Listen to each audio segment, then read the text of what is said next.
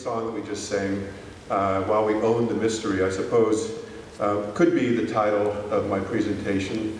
There's a lot of mystery in what's the reason I'm here. There's perhaps another title could be The Scent of a Mennonite.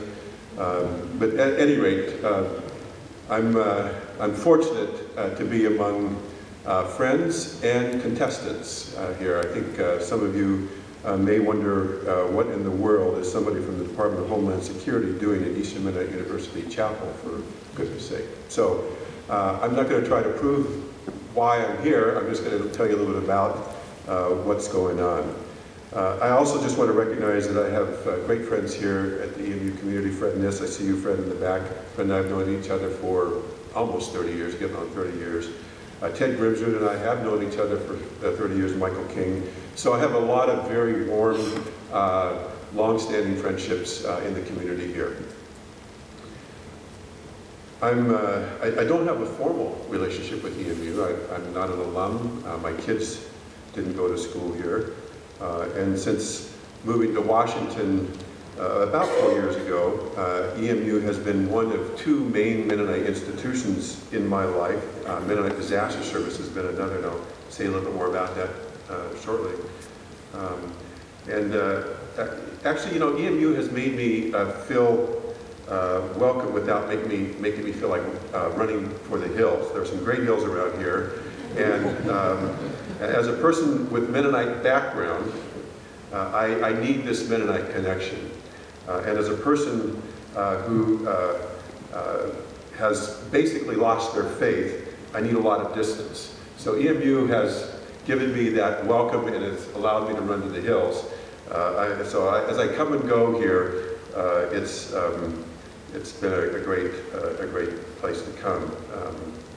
Because of your hospitality, I've spoken several times here, so I'll dispense with the quirky history of how I managed to land in Washington and a part of the White House almost 4 years ago, and I did it without any credentials, other than I was a Mennonite. That's the only credential that I actually had to working for the Department of Homeland Security.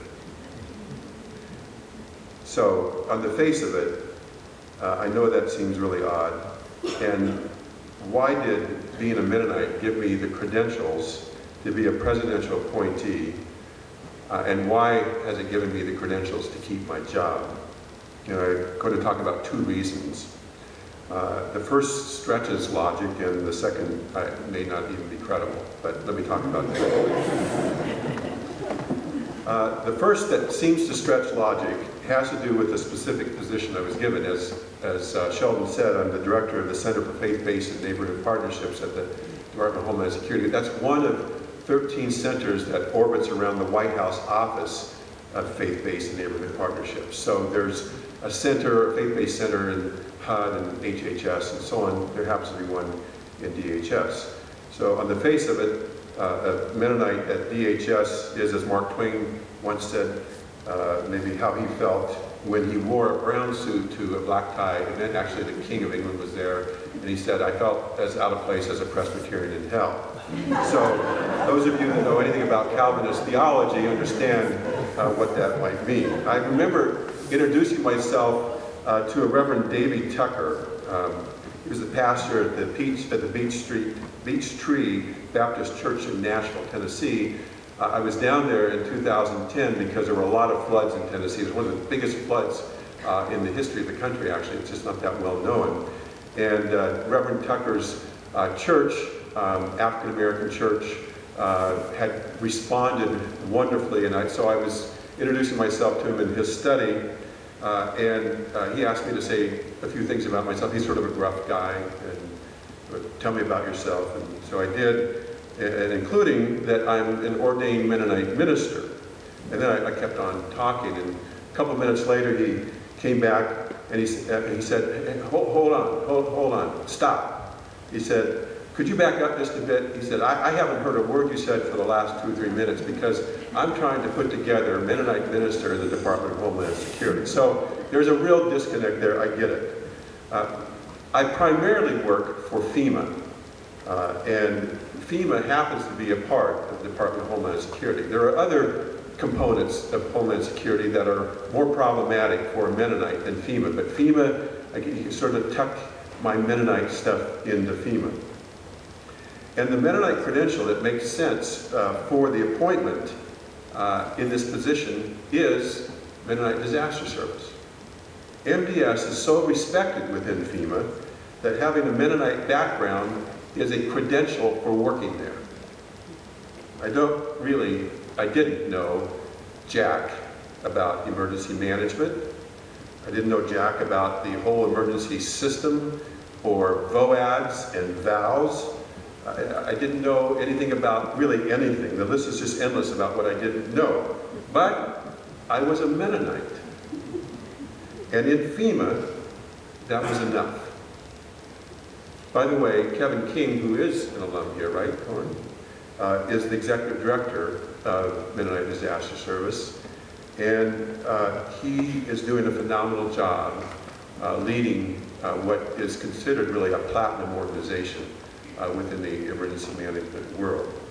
And without Kevin's help, I wouldn't have been able to prepare for the interview on the job, and without his close friendship during my time in DC, I actually don't know quite where I'd be. So I want to just raise up Kevin's name here as a great alum from EMU. So that's the first Mennonite credential I had. I happen to be a part of something called Mennonite, and I have sisters and brother-in-laws that volunteer for MDS. And my first pastorate was where Mennonite Disaster Service was born, and I used all of that in the interview. And so that's a credential. The second Mennonite credential is much more of a stretch, and it may not even be all that believable, but I think there's enough there to raise it as part of a conversation. And it gets to the title of my talk, Losing My Faith and Gaining My Religion. For the sake of this discussion, I'll call this credential the Mennonite way.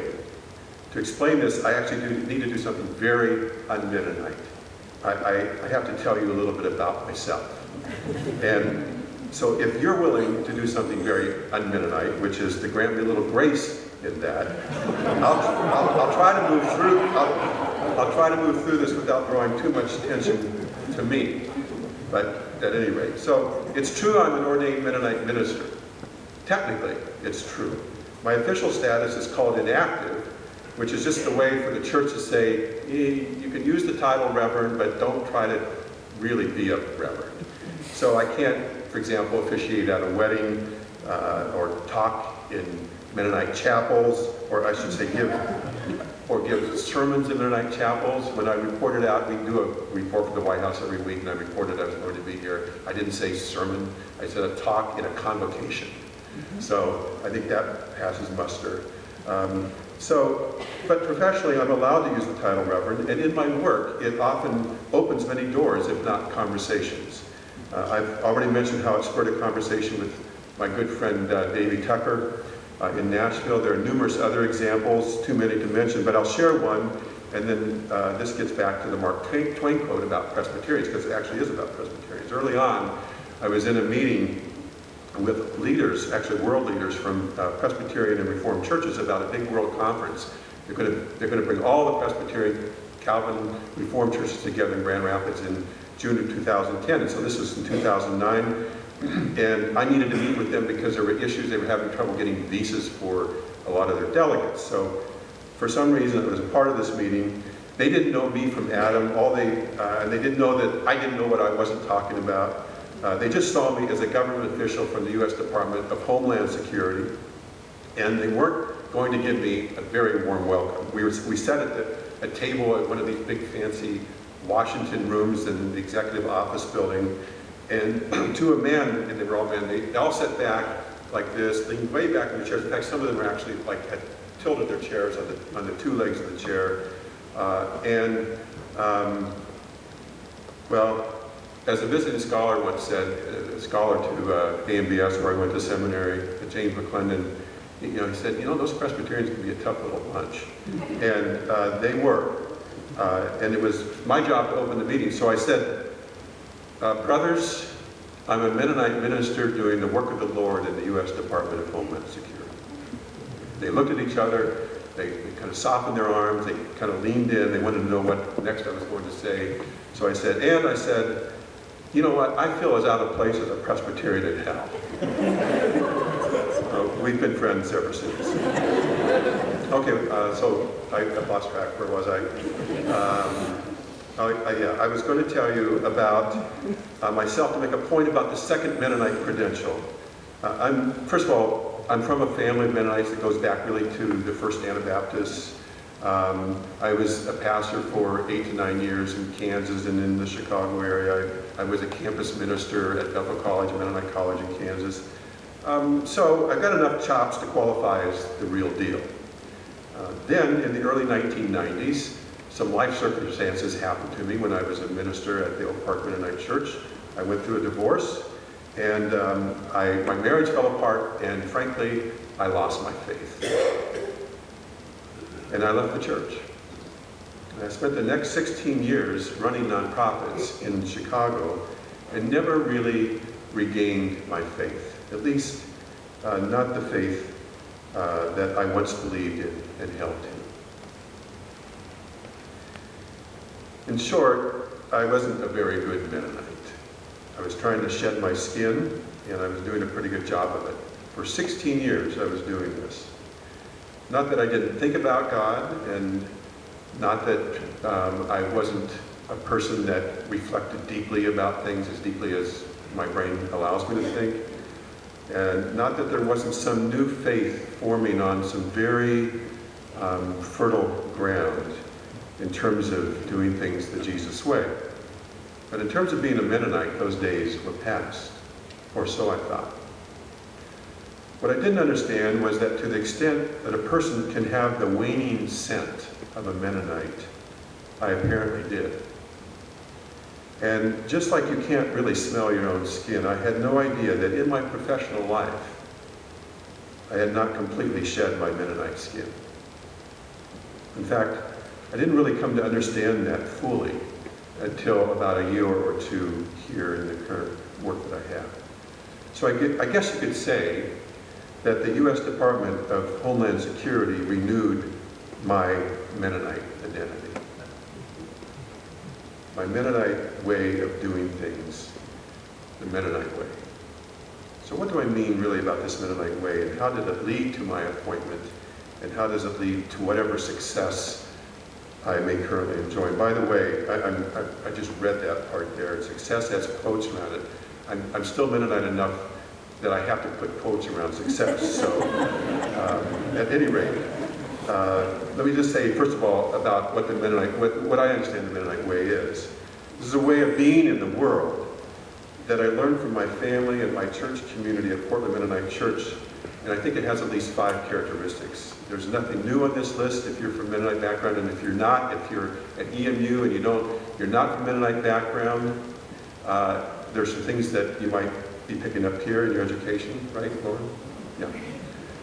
And that many of you will recognize either by tradition or by what you're learning here. These are not strategies, they're not tactics. You might just call them the Mennonite fundamentals of the Christian faith. And I'll start with them as headlines and then work back to the scriptures. First, headline. Listen, listen, listen, and then talk. And when you talk, don't make it a long talk. Where does that come from? I think it comes from loving your enemies, which leads to engaged listening to everyone, regardless of what kind of jerk they are. Mind you, it's not liking your enemies, but rather a commitment to hear everyone out, to listen, if not to concede to, all viewpoints. When I brought on a new assistant, somebody took her to the side. He said, you know, and this is a Catholic guy, he said, you know, Myers is a Mennonite. He said, what that really means, he said, you'll never get interrupted. And I would say that a current example of this is that I report to a person in the White House, and I report to the head of FEMA. And the head of FEMA just last week gave me a very sensitive assignment in terms of our outreach to Indian nations, the Indian nation, around just some sensitive issues. And he said, you know, you just listen so well. And that's, so, a Mennonite credential that comes from loving your enemies. Headline number 2, you, your community, and your country are not the center of the world. I'm trying to figure out where that comes from, but I think it comes from going the second mile, which leads to inconveniencing yourself for the sake of something more than yourself. I don't think it means going the 10th mile, by the way, because I think going the 10th mile can lead to dependency. But rather, I think it's a commitment to put other needs ahead of your own, not as a policy, kind of as a practice. That's why it's religion. Religion is our practices, and this is part of the Mennonite religion. I can give you a story about that, but I see that my time is going fast. The next headline, the third headline, no BSing. And if it weren't chapel, I'd say that fully. Don't BS. That comes from letting your yea be your yea and your nay be your nay. Your yes, your no, your no, which leads to direct conversation with people so that they know where you stand. And in the federal government, yeas and nays are simply not present.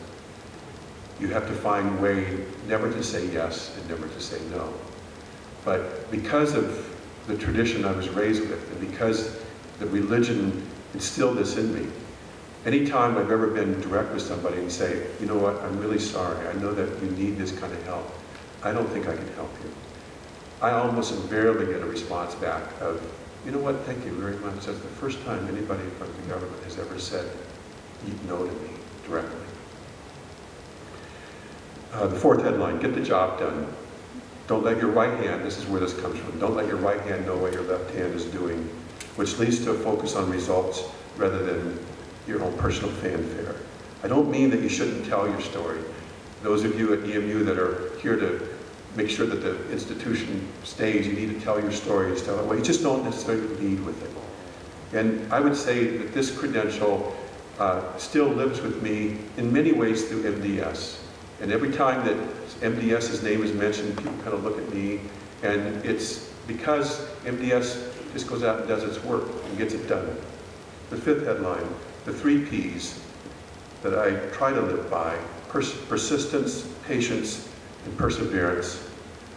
And that comes from turning the other cheek.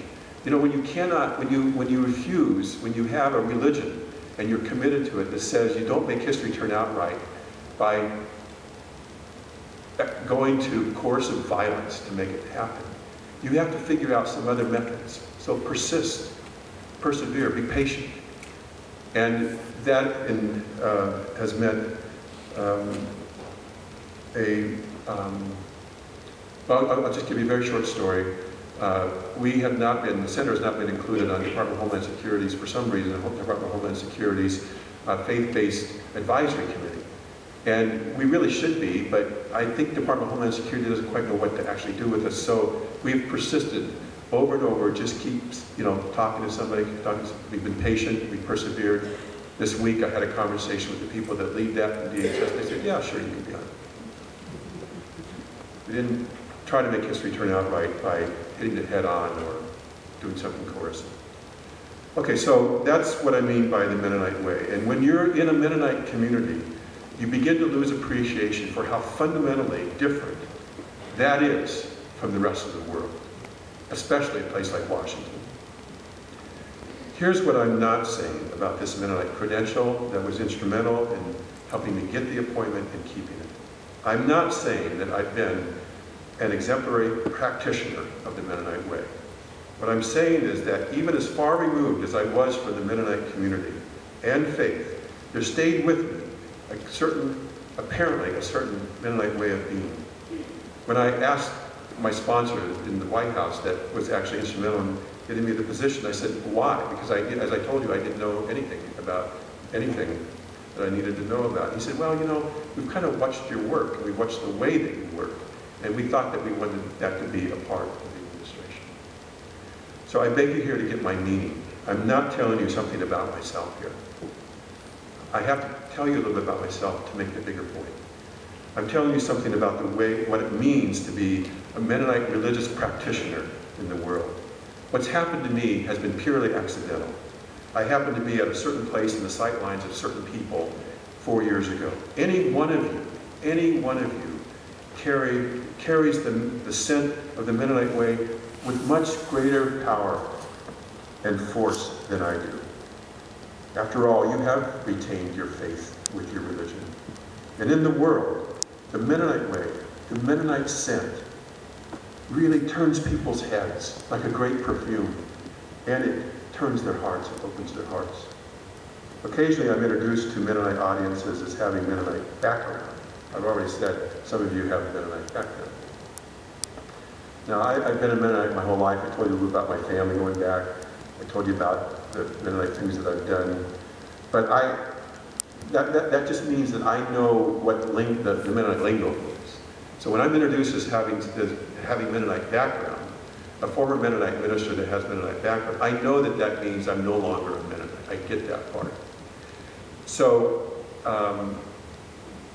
it also means that you've maybe done something or reached some level of perceived something or other that you're invited back to speak. I'm not sure how many generations this actually goes. I don't know if my grandsons, for example, will be said, if they were invited to speak in a Mennonite audience, will they be said, will they say, well, you know, they have a Mennonite background. I don't know how far that goes. Well, anyway, as I said in my opening comments, EMU has been so welcoming and gracious. I've never felt like a Mennonite background kind of guy here, which makes me happy. Because frankly, Department of Homeland Security, notwithstanding, I'm a Mennonite all-round kind of guy.